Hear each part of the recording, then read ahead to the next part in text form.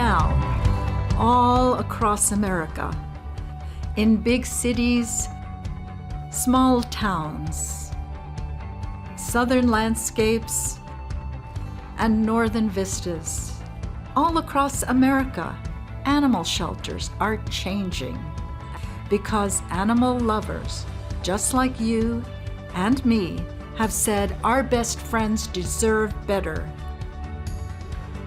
The no-kill movement is about doing what we know is right. No-kill, simply put, means saving every dog or cat in a shelter who can be saved and giving them the life that they deserve. Today, nearly 2 out of 3 shelters in America are no-kill, with hundreds more just steps away from this goal.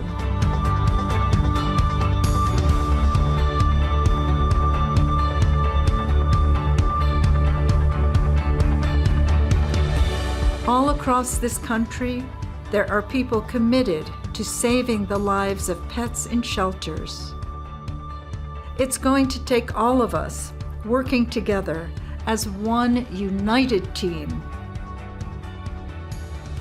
The future is bright, momentum is on our side, and now is the time. Let's change animal sheltering forever. Let's make history together.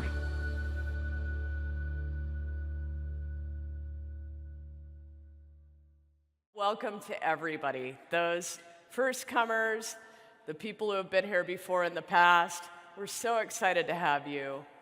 But before we get started, I want to acknowledge one of our founders, Faith Maloney, who passed away a couple of years ago. And this woman was a force of nature. She knew everybody. And she probably connected with a lot of you. And so we have decided that at our conferences from this point forward, we are reserving a seat for Faith. Right here, it's right there. Permanent, we've got a plaque for her. So Faith, if Faith were here, she would be sitting in the front row cheering us on. You'd be able to hear her laughter from the back of the room. She was a terrific woman and a true advocate for the animals. Thank you, Faith Maloney. So, over the next 3 days, you're going to be learning all sorts of new and better ways to help save lives. You're going to be surrounded by support and love. And you're going to walk away feeling inspired. You're going to be motivated. And you're going to be determined as hell to go home and make a difference for more animals in your community. And guess what? That's what no-kill is. It's a force for good. And it's making a difference for people in shelters and pets. If you told me back in 2016, when we declared that we were going to take the country no-kill by 2025, that the governor of Mississippi would be an advocate for no-kill and a champion for no-kill, I would have said, I'll have what she's having. But hey, it's 2025 and everybody's getting on board. In fact, in the last year, the governors of Utah, Virginia, North Dakota, Arizona, Georgia, Idaho, and yes, Mississippi, all signed no-kill proclamations.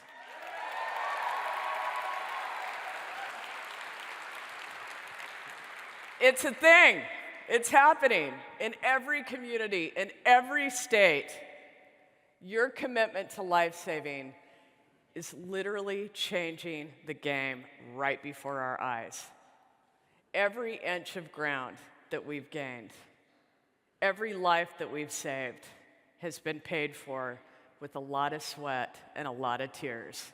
And I'm telling you, a lot of those tears are tears of joy, and many of them are tears of sadness. Because the no-kill movement was built from the ground up. It wasn't a top-down movement. It was a grassroots movement from nothing more than the idea and the belief from all of us that the lives of animals in every corner of this country matter. Every single corner. From the Rio Grande Valley in Texas, from Conway, Arkansas, all the way to Hollister, California, to Selma, Alabama, from Lehigh Valley, Pennsylvania, to Miami-Dade, Florida, to Omaha, Nebraska, and yes, even New York City. All of these communities have reached no kill. That is a movement, people. It's happening in every corner of this country. And so as I look back and I think about my time in animal welfare, and I think about, on one hand, the people who have truly inspired me, there are two here today that have made an incredible difference for me, for all of the animals over the years, but also you. Because what these women have achieved has been nothing short of a miracle. Because they started in this movement back before there was even a movement. And they're really not that old, I'm telling you. I'm just warning you, when they come out, they are dear friends, they're allies, they're co-conspirators, and they're foxhole comrades. These two are a force of nature, and I'm sad to say that both are retiring. But their collective impact and the legacy that they're leaving is part of history. It's part of who we all are, and it's never going to be forgotten. And so I want to welcome Denise Deisler and Suzanne Kogut to the stage.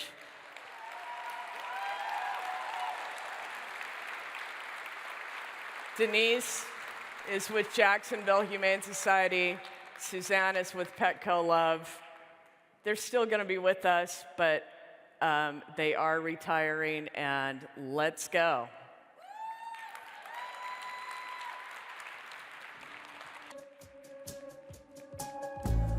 For more than 25 years, Denise Deisler has put her entire self into saving animals in shelters and, in turn, helping the people that do this life-saving work. She started her animal welfare career in Richmond, Virginia, then Manatee County, Florida, and eventually moving to Jacksonville, Florida, to take over as CEO of the Jacksonville Humane Society, where she revolutionized the industry with her life-saving forward, people-centric approach to animal sheltering. After 13 years in that role, Denise decided it was time to retire this year. But she leaves behind a lasting legacy of no-kill programming, collaboration, and leadership that will continue to inspire generations of animal welfare professionals in Florida and beyond. Suzanne Kogut didn't start out wanting to be in animal welfare. In fact, it wasn't until the passing of her deeply beloved pit bull, Murphy, in 2001, that she discovered her true calling and decided to leave behind a successful career as a corporate attorney and go all in for animals. For nearly 3 decades, Suzanne has been a force for positive change for pets, serving for 7 years as the executive director of the Charlottesville Albemarle SPCA, before taking the helm as president of the national nonprofit Petco Love in 2013. As she moves into the next phase of her career, retiring as Petco Love president and now serving as board chair, Suzanne will forever be remembered as an innovator, a pioneer, and a champion for progress in our industry. And she's done it all for love.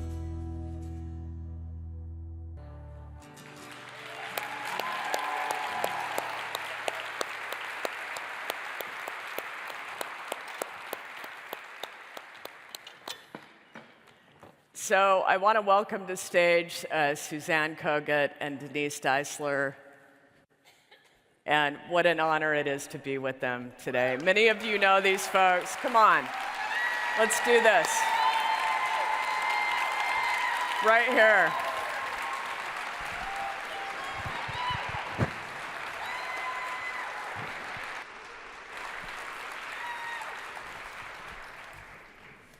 Okay, so here we are at the Best Friends National Conference, and this is a very sad and happy moment for me.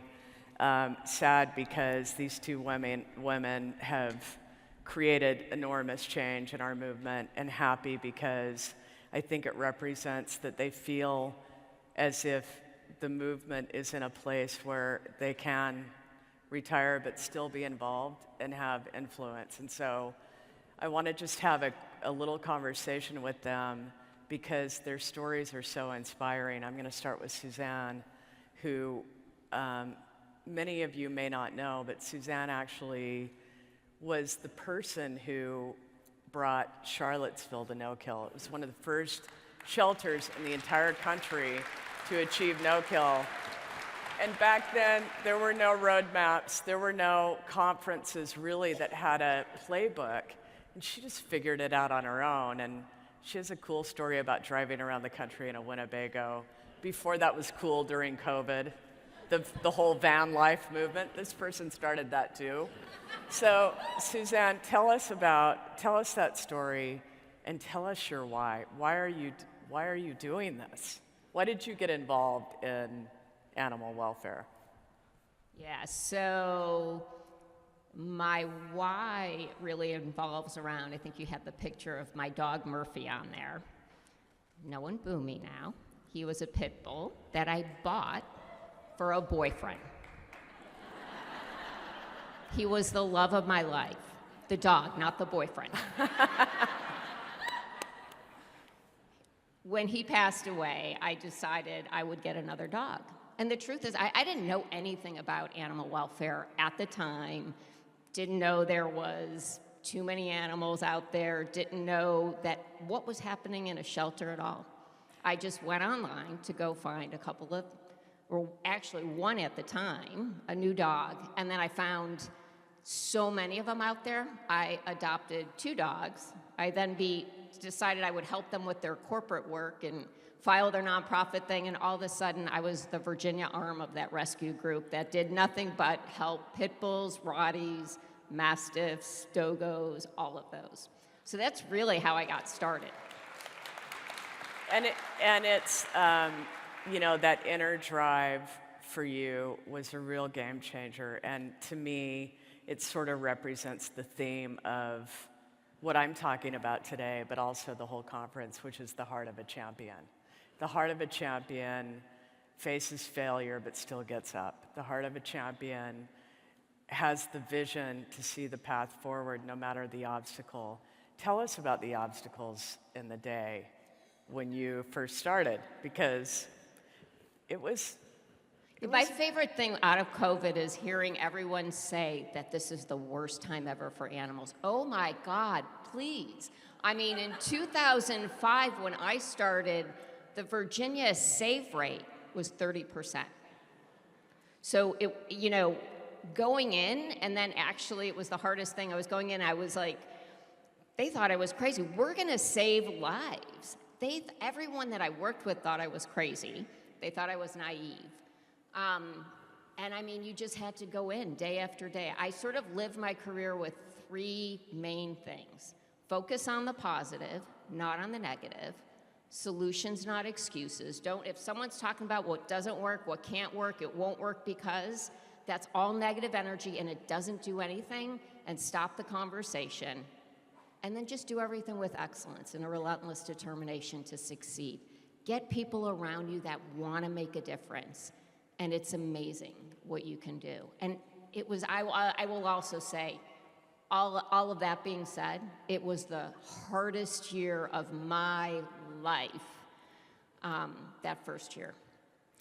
And I'm not surprised by that, because this is a hard field, but to imagine back then, as hard as this field is and not having a playbook and you're sort of groping around in the dark, trying to figure stuff out, because your whole intention was focused on life-saving.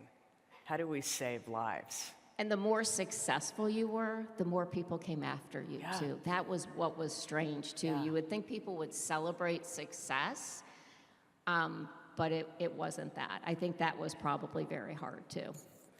And I think, this is a woman who wasn't homeless or without a job or whatever. Yeah, I was homeless. I lived in a trailer with 2 pit bulls for a while. You did. She started van life.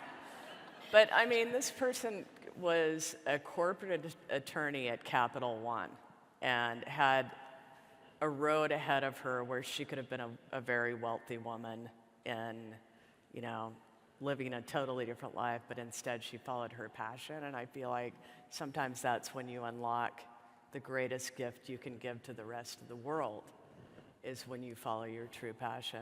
And Suzanne, I mean, you've really, you have created such a difference for so many. And now at Petco Love, if you follow her on social media, you see that she's always celebrating others. And that is such an important thing. And I'm so grateful to call you a friend and just a mentor. But also, you are a scary badass. So watch out. But you're not going anywhere because you're still going to be the board chair of Petco Love, which is exciting to all of us. And we're just really grateful to offer you this Lifetime Achievement Award in animal welfare because you deserve it in spades. And so, thank you. So I'm going to shift gears now to Denise Deisler, and Denise is equally as bad of a badass. And the thing that stands out for me with Denise is her courage. She is one of the most courageous voices in animal welfare, and Denise comes from Jacksonville Humane, but that's not where her career started. And she, like Suzanne, faced a world in animal welfare where it was, there are too many pets in this country, it's pet overpopulation, there are not enough homes, we must kill them. And that was kind of the solution. And you were that voice in the wilderness back in Richmond who said, hey, wait a second, this isn't right. We need to fix this.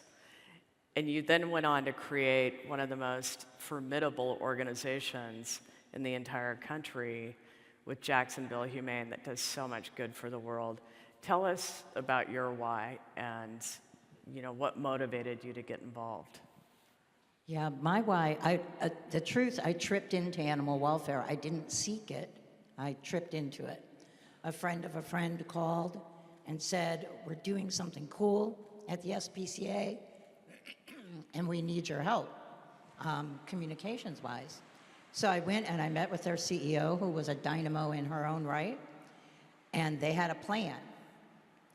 First and foremost, I was horrified to learn what animal welfare was at that time. This was 1998.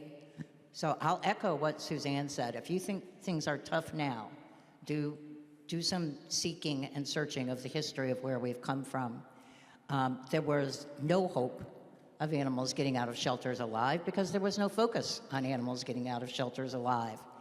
And when I met with this CEO, they had engaged in planning for a year and had decided something different could happen and that we could save lives. So part of my why was, holy cow, a nonprofit has a plan? Imagine that, right?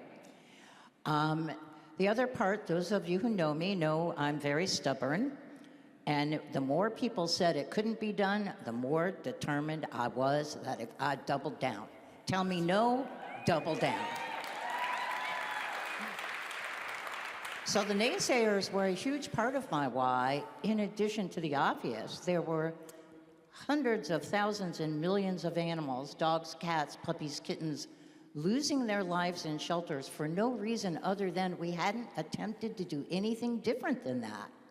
So to jump on that, I never shy away from a challenge. You need to be willing to take risks. But yeah, my core why was because somebody said we couldn't. Said, watch us, watch us. And I feel like this is the true, talk about heart of a champion. This is somebody, 30% save rate in Virginia, 30% save rate in Virginia. You're failing. You are facing insurmountable odds, but the point is, you're getting up and you keep going.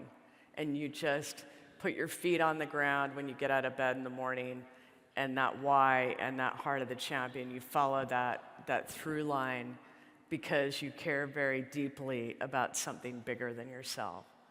And I'm just so inspired by you and your force of nature and determination to do the right thing and push this forward and continue to push the boundaries. Tell folks here today what you would tell a 30-year-old Denise. Well, A, don't let Because anybody you're only tell 32. you no. Pardon me? Because you're only 32. Exactly. So with all 2 years of that experience, I said, don't let anybody tell you you can't. The other thing I think was really important to me at 30 was having mentors, like the two people sitting on the stage. Having somebody to call, somebody to run things past, to test, to say, am I crazy? Truth, somebody to snark with occasionally, because that's necessary here and there. So find yourself as many mentors, as many people, and not just people who agree with you. It's really important to talk with people who will challenge you. It's one of the things I've always admired about Suzanne. I could pick up the phone, and she wouldn't hesitate to tell me if she thought the direction I was going or the thing I was contemplating might be ill-advised or wrong-headed. She'd tell me, and we'd bat it back and forth and battle it out. So expand your circles. You're not running into anything that somebody else hasn't also run into or isn't also dealing with. So network, take advantage of. We're an amazing field that's willing to share. Look at the conference. And all of the people here giving their time to share with you what they learned and what they experienced. So I say it often, and it's sincere. I would not be sitting here. I would not have accomplished any of the things that we were able to accomplish were it not for all the other people willing to share their experiences with us. From the bottom of my heart, I'm grateful to both of you. You are such an inspiration. Lifetime Achievement Award. I've got some cool plaques for them.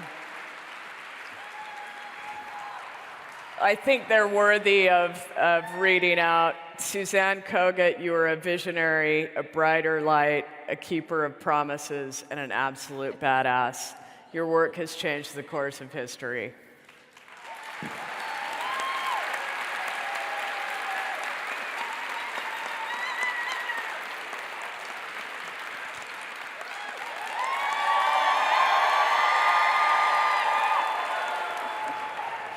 You're the best. Okay, and we have Denise Deisler. In appreciation of your chain-breaking, gate-crashing, ceiling-smashing will to save lives, your work has changed the course of history. Denise.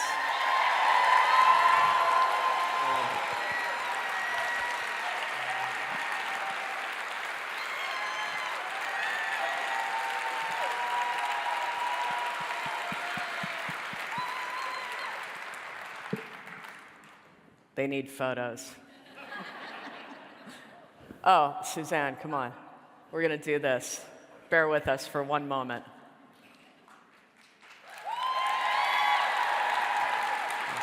Thank you. Thank you, Julie. Can we just say you're a badass, too? Yes. Julie's a badass, right? Yes. Thank you very much. Thank you so much. Okay, so listen, before we go any further, I want to pause and acknowledge the recent events that happened not far from here that really shook all of us to our core. And as you know, the Los Angeles fires took lives, destroyed homes, displaced pets, created massive havoc in one of the most important cities in the world.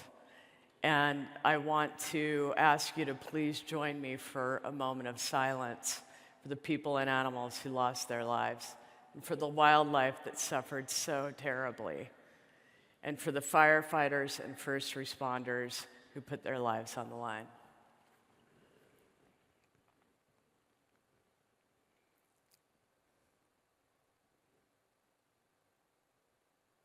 Thank you. Los Angeles may have been knocked down, but it'll come back because the spirit of that city is the heart of a champion. And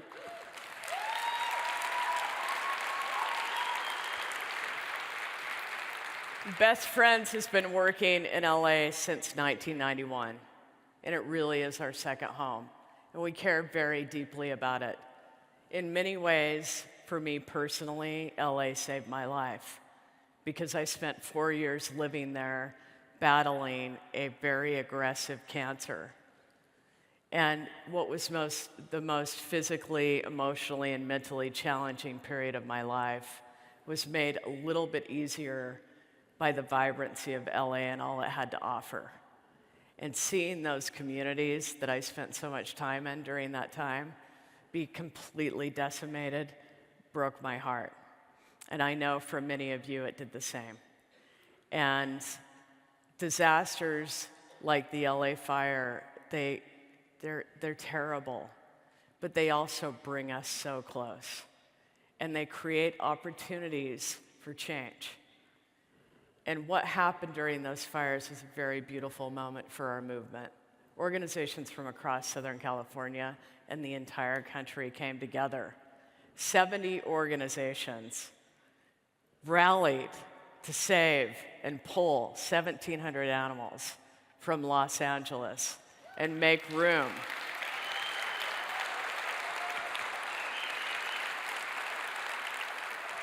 for animals displaced by the fires. That's 1,700. That is like the intake of a lot of shelters for an entire year. And even the Super Bowl champions, the Philadelphia Eagles, sorry if you don't like them, but look, they raised their hand and they said, we want to help, and they provided a transport. So across the country, this happened. It was the heart of a champion. And so really, this is about who we are as a field. It's about who we are as animal lovers. And it's about bringing out the best of us.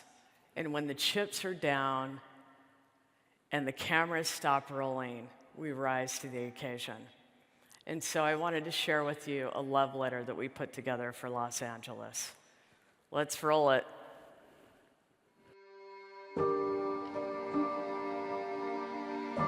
We are tracking 3 fires raging across Southern California. The Palisades fire has burned more than 20,000 acres. The wind here is unbelievable. LA is in trouble, a city that we all know and love, and one that we've spent a lot of time in. This is really devastating.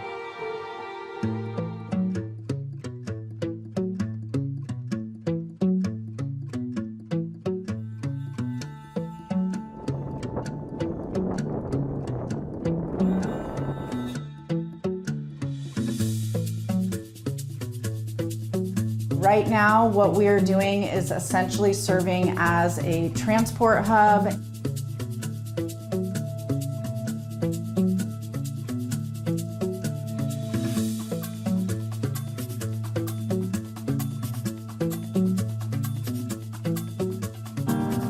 I am so freaking proud of the team in LA.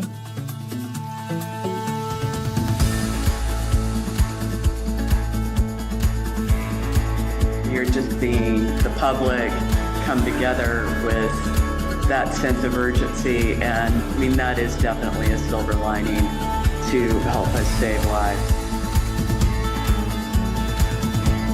It looks like they need a little help, so just here to help out.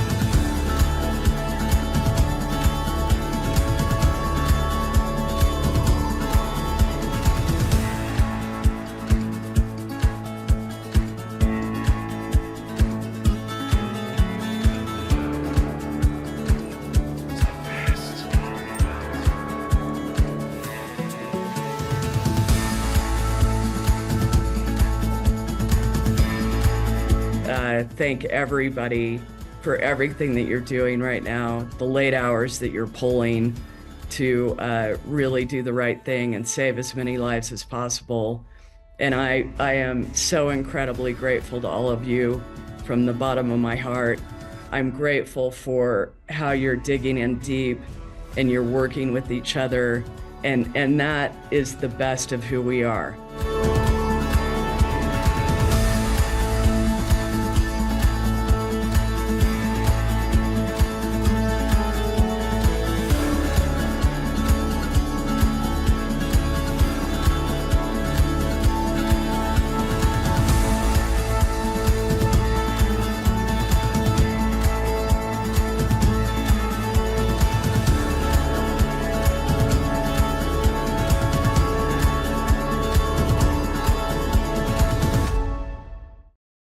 I love you, LA, and I want to thank all of you who are collectively involved with this. If you were involved in the LA fires, raise your hand. Even if it was in a small way, I am so grateful to you.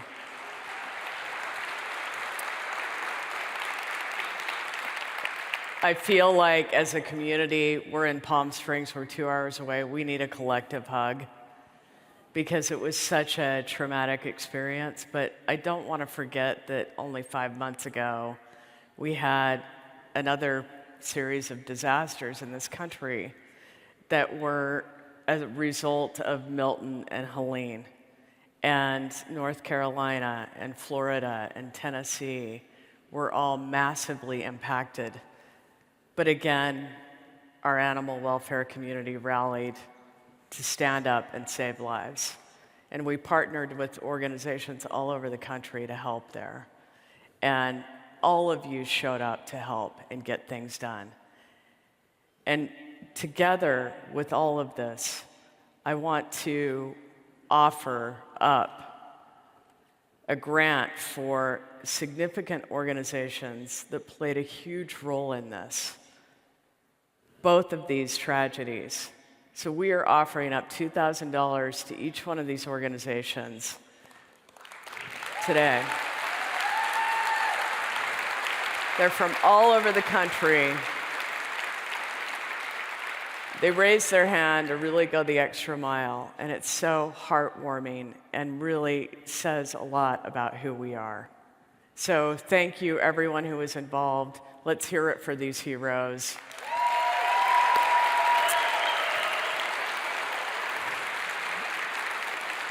You know, while Denise and Suzanne and I were talking, we were talking about the expression of the heart of a champion.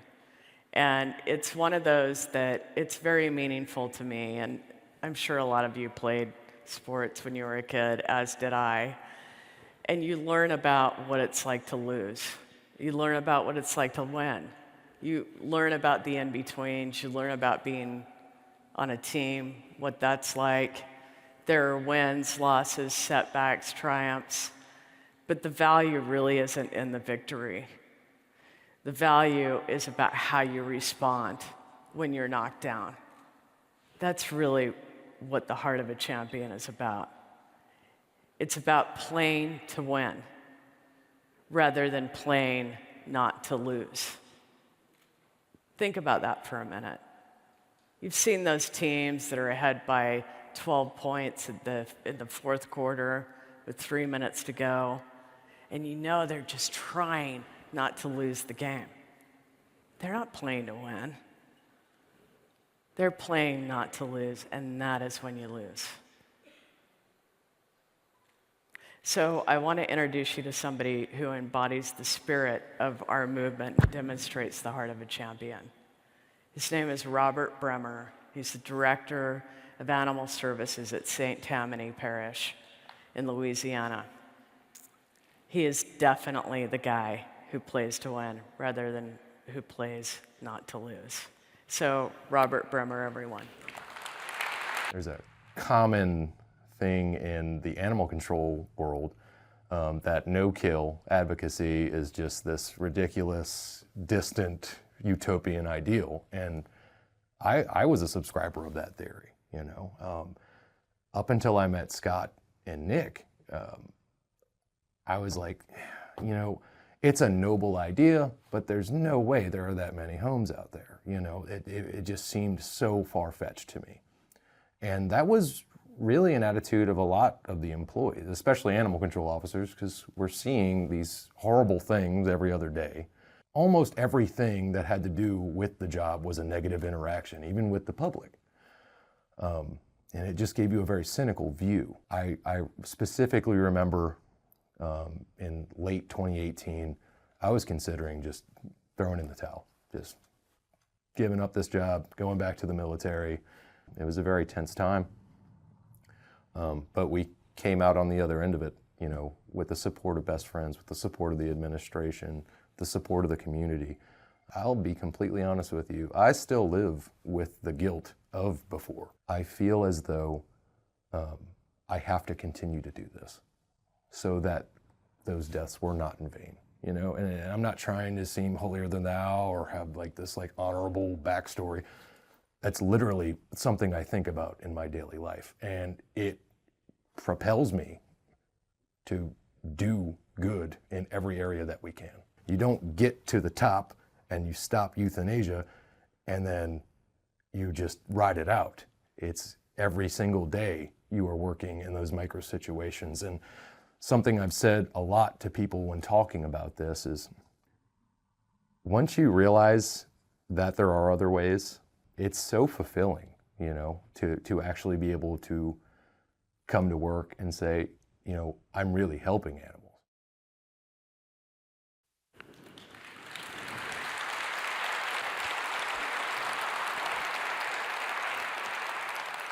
I think that says so much about the no-kill movement, and really what it is it's not possible until it is. And that is such a powerful statement.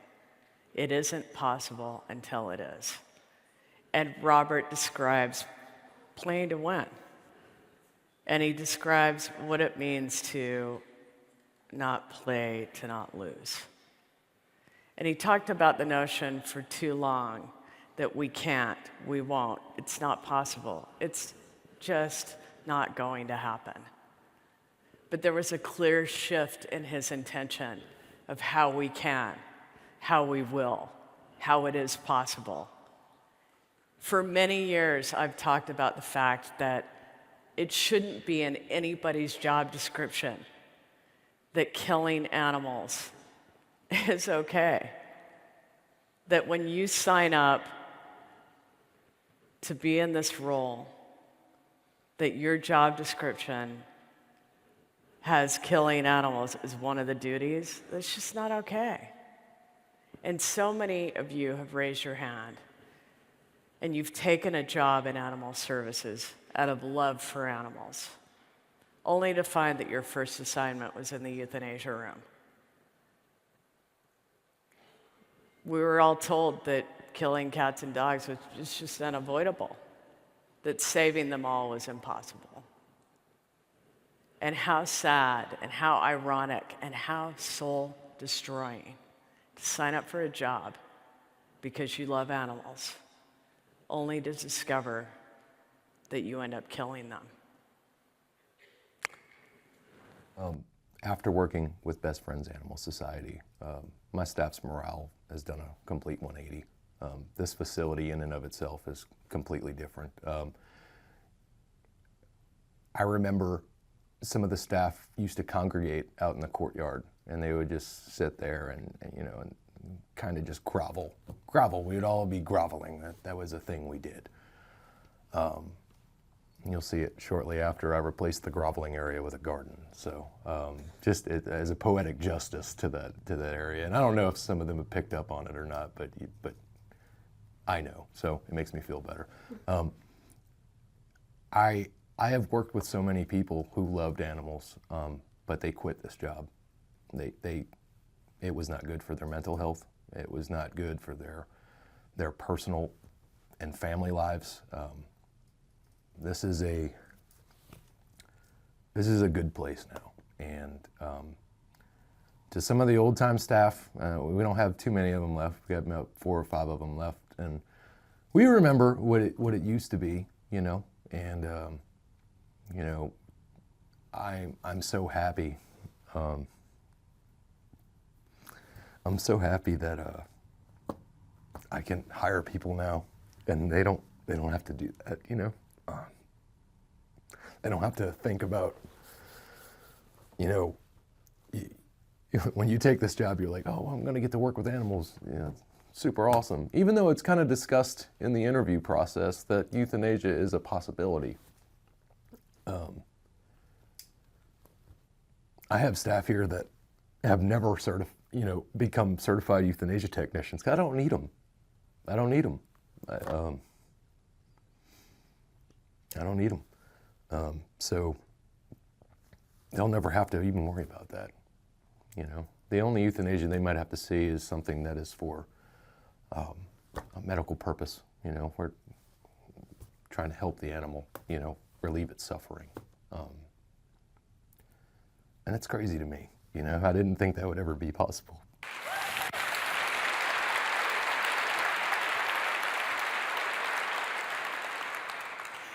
So here's this guy who, easily could have just gone along with whatever the status quo, but rather than burying the painful reality that so many animals needlessly lost their lives, Robert stood up and had the tremendous courage to face it and say, you know what, I'm going to turn that motivation into saving lives. And it became his why.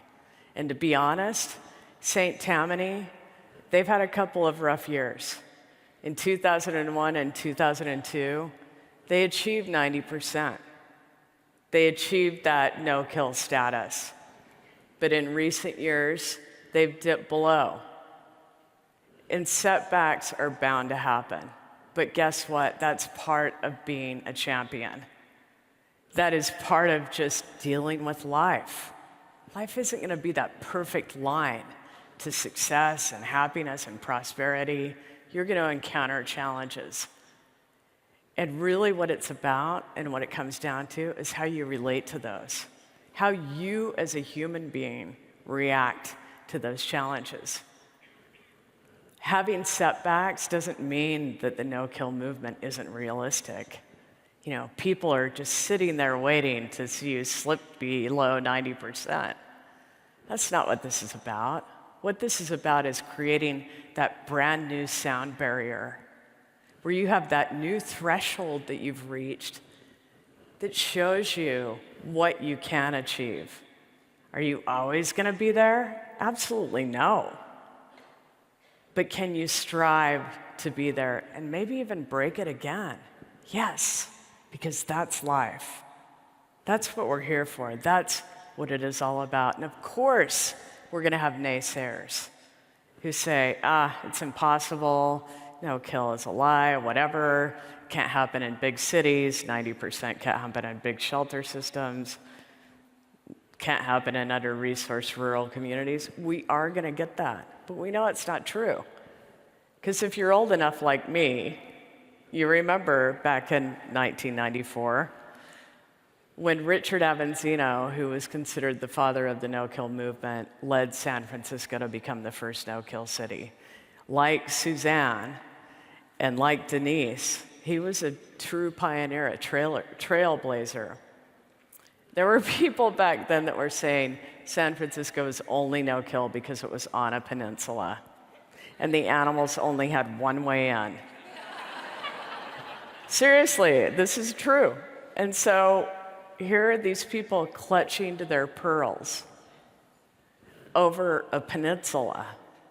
They're going to find a way to discount your success, but just ignore them. Keep going. And I've heard that since the first day I stepped foot at Best Friends, 30 years ago. And thinking that no-kill is not possible, it is just a failure of vision and imagination, because it is possible. It's happening.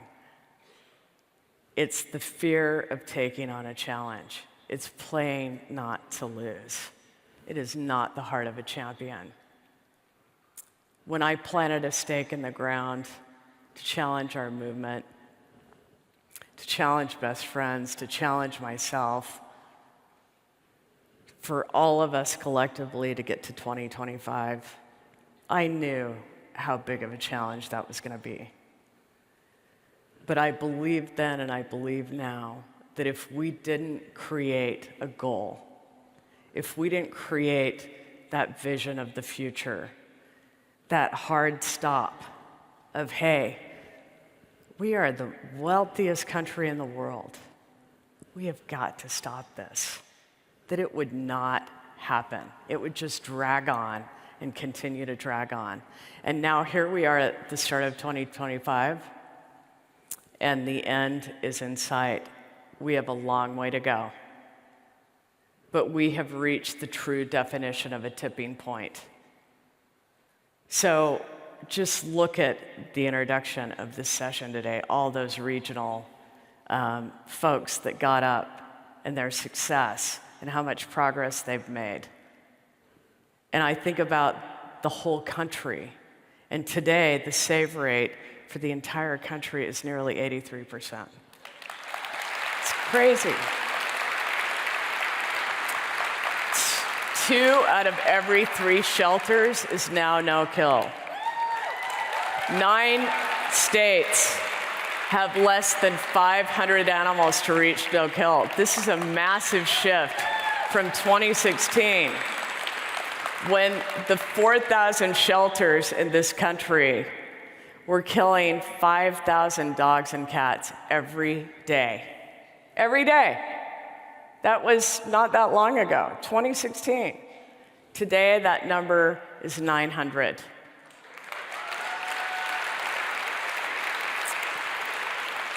But guess what? That is 900 too many animals that are dying. We need to be relentless in the notion that no one's job description should include killing healthy, adoptable pets.